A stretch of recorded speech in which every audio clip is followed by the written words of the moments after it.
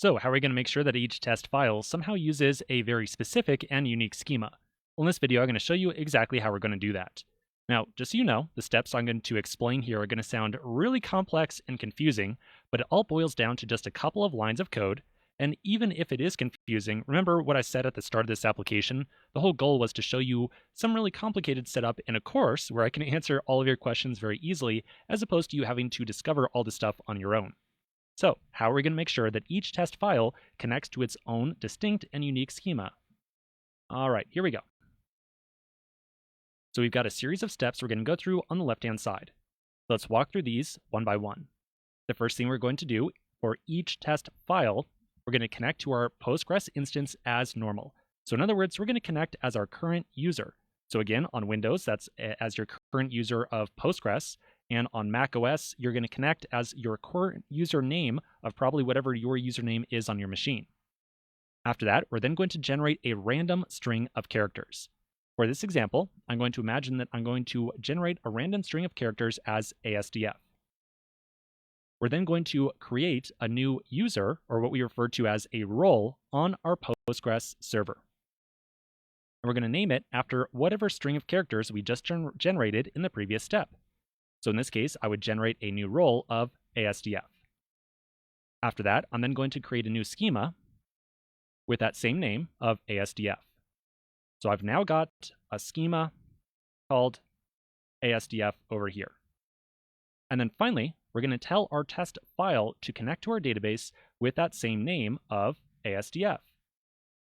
Now remember, one of the rules around deciding which schema is going to be used whenever we start to execute a query, like this one right here. The first rule that is actually applied by default is not run against the public schema. Instead, the first rule is if there is a schema named after the exact same username that we are connected to the database as, then use that schema. So inside of our users test.js file, we're going to say we want to connect to Postgres as user ASDF. So now we have a connection to our Postgres database.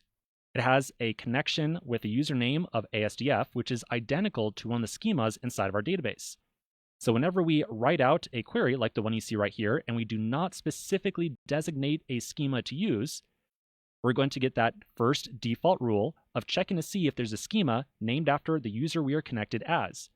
So by default, rather than connecting to the public schema and running this query against it, the query is going to be instead executed against that schema, the one with the same exact name as we are connected to our database as.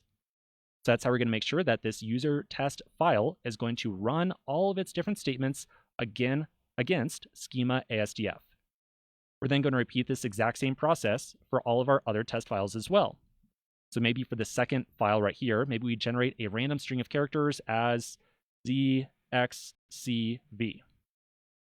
Then we'll create a new role or user with ZXCV. We'll create a new schema, and then make sure we tell our test file to connect to the database with that username. This will be connect to EG as user ZXCV. We'll have a schema, ZXCV. And so inside of this test file, when we run some statement like this, that user's reference right there will be automatically expanded to, behind the scenes, zxcv.users. In other words, look at the users table inside of that schema. And so we can start to see right away that we get this isolation between all of our different tests. They're all going to be taking a look at different schemas and executing all these queries against these different schemas. So that's pretty much it. That is our strategy. Now again, I want to repeat, I'm sure this sounds pretty confusing. You might especially be confused by this idea of connecting to Postgres as a specific user, especially since we've been talking about having a users table. The actual users table inside of our database is a different kind of user than what we're connecting to our Postgres database as. So I know there's still probably some big confusion here, but don't sweat it. We're going to walk through every step along the way and really understand what is going on. Okay, so let's take a pause right here and continue with this implementation in just a moment.